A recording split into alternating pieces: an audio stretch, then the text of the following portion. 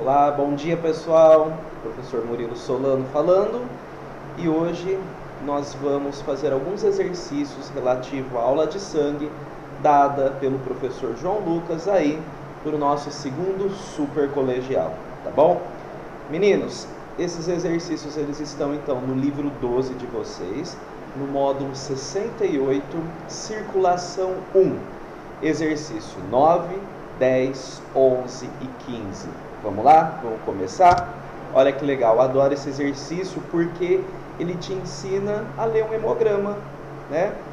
E saber como que o médico faz, muitas vezes, através dos resultados de um hemograma, para saber se você está com algum tipo de infecção ou qualquer outra coisa, né? Qualquer outra doença.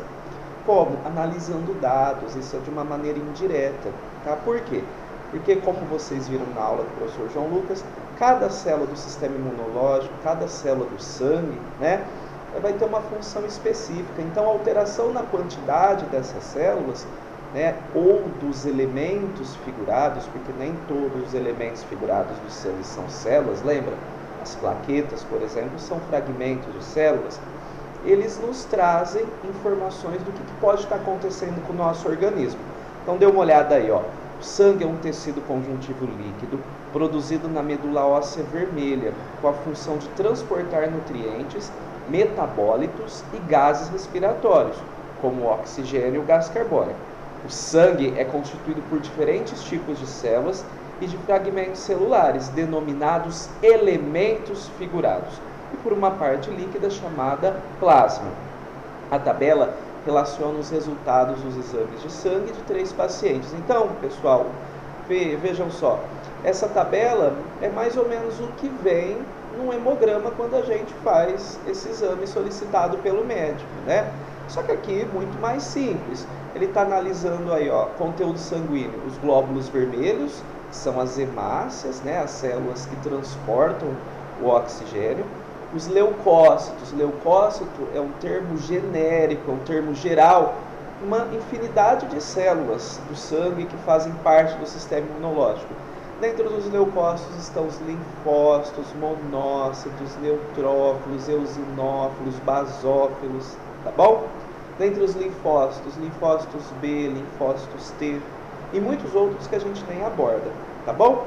E as plaquetas, que são fragmentos de células que vão ter importância no nosso processo de coagulação, tá? E aí sempre num hemograma, num exame como esse, vem o que a gente chama de valor de referência, tá? O que são esses valores de referência? É a faixa dentro da qual é normal que você tenha a quantidade de cada um desses componentes, tá bom? Então, essa tabela traz o conteúdo sanguíneo, os valores de referência e os dados obtidos do exame de 3 pacientes, do Carlos, do Sérgio e da Camila. Tudo bem? Vamos ver o que ele pergunta pra gente, ó.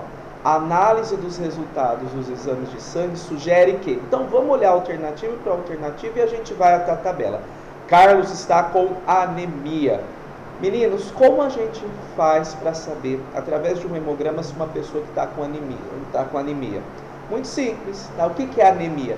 Anemia é a queda, né, na quantidade, né, de glóbulos vermelhos. Então, o médico ele sabe que uma pessoa está com anemia se o exame de sangue aponta queda nos glóbulos vermelhos ou queda na quantidade de hemoglobina, que é a proteína que a gente encontra dentro dos glóbulos vermelhos, tá bom?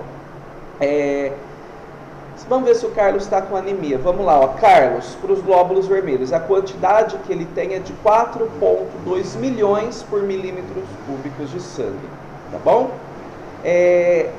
O valor de referência é normal, de 3,9 a 5,6. Então, o resultado de Carlos, de 4,2, está dentro dos valores de referência, tá bom? Camila pode estar com dengue. Pessoal, vocês já devem ter ouvido falar, o professor pode ter comentado com vocês, mas isso é uma informação corriqueira. Quando a gente está com dengue, o que acontece? As nossas plaquetas caem. Então, vamos olhar as plaquetas da Camila, ó. Na Camila deu 50 mil plaquetas por milímetro cúbico. E olha o valor de referência, é de 150 a 450 mil. Então, possivelmente, a Camila ela está com dengue. Vamos olhar as outras, né? Sérgio apresenta um quadro infeccioso.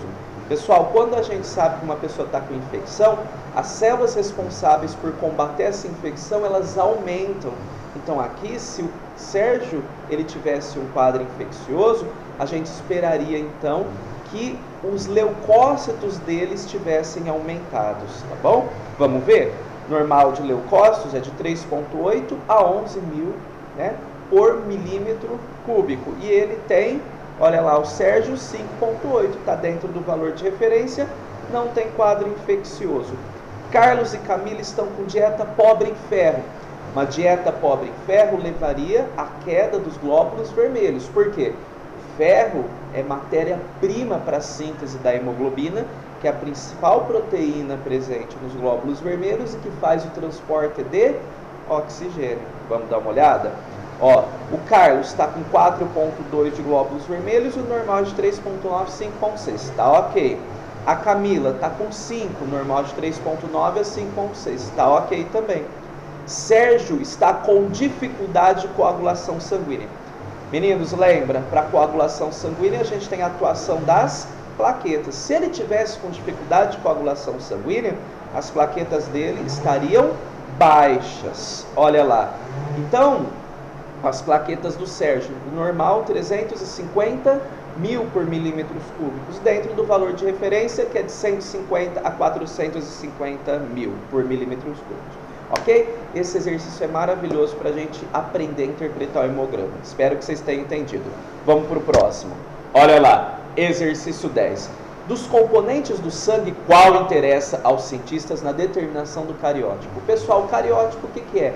A análise dos cromossomos de uma célula, tá bom? Então, para analisar o cariótipo, eu preciso pegar uma célula que tenha núcleo, que tenha DNA. As plaquetas são pedaços de células mortas, então elas não são um bom material porque ali você tem fragmentos, você não tem a célula inteira. Lembra, os glóbulos vermelhos, as hemácias, quando maduras, elas são anucleadas, significa que elas perdem o núcleo, tá bom? E se elas perdem o núcleo, o que vai acontecer? Elas então não vão conseguir fornecer material genético para a gente fazer esse tipo de exame. O plasma, meninos, o plasma é a parte líquida do sangue, tá bom? Então o plasma, ele não vai ter ali, se a gente separa o plasma, ele não vai ter célula, ele vai ter água, ele vai ter proteínas, vai ter lipídios, compostos orgânicos, nutrientes, hormônios e assim vai. Mas célula não, se a gente está separando o plasma. E os glóbulos brancos, sim, os glóbulos brancos são os leucócitos, são células que são nucleadas, então a gente está falando dos linfócitos, neutrófilos, eosinófilos, basófilos, tá certo? Uma infinidade de células e todas elas são nucleadas mesmo quando maduras. E por fim o soro é quase que sinônimo de plasma. Soro, plasma é a parte líquida do sangue. Então aqui, olha que exercício bonito. Ficamos com a alternativa D. Olha lá, os glóbulos brancos, tá certo? Exercício 11, olha só da Unicamp, gente. As hemácias ou glóbulos vermelhos têm vida média de apenas 120 dias no sangue circulante. Isso significa que essas células têm que ser constantemente produzidas. Em que local do organismo ocorre a produção de hemácias? Gente, as hemácias elas são produzidas na nossa medula óssea vermelha. Tá? O que é essa medula óssea?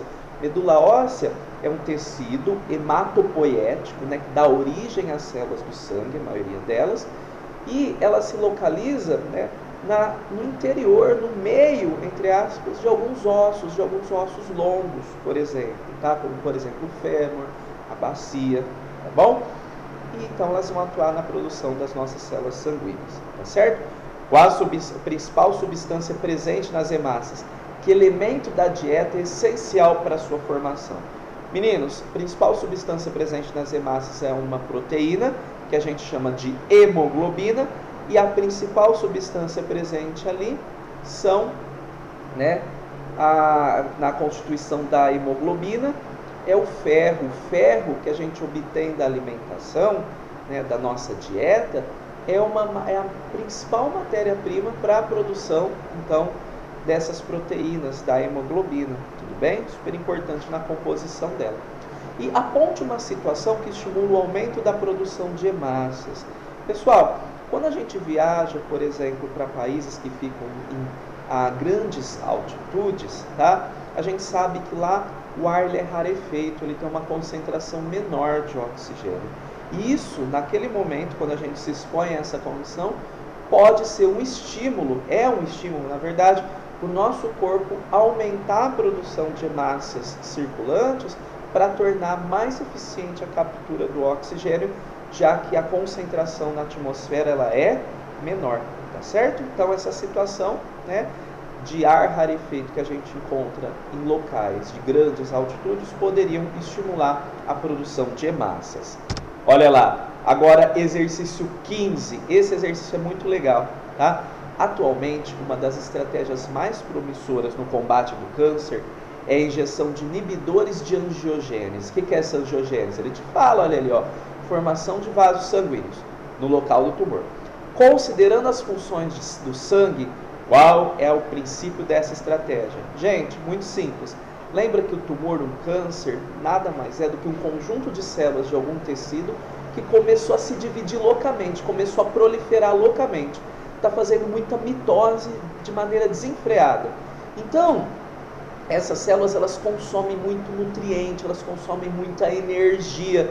Então, por isso que elas induzem a formação de vasos sanguíneos, porque esses vasos sanguíneos vão levar diretamente para essas células tudo que elas precisam para crescer loucamente, tá certo? Então, o princípio do tratamento nada mais é do que o quê? Do que você fazer, então, a inibição da formação desses vasos, e aí o tumor fica sem nutrição e ele vai regredindo, ele vai diminuindo, ele vai desaparecendo, tá certo? Olha que legal esse tratamento terapêutico, ok? Pessoal, eram esses os exercícios que eu tinha para tratar com vocês hoje. Qualquer dúvida, vocês sabem que vocês podem procurar pela gente, né, nas redes sociais, Facebook, Instagram, tá bom? Estou à disposição, belezinha? Bom trabalho, bons estudos e até a próxima videoaula de atividades. Tchau, tchau!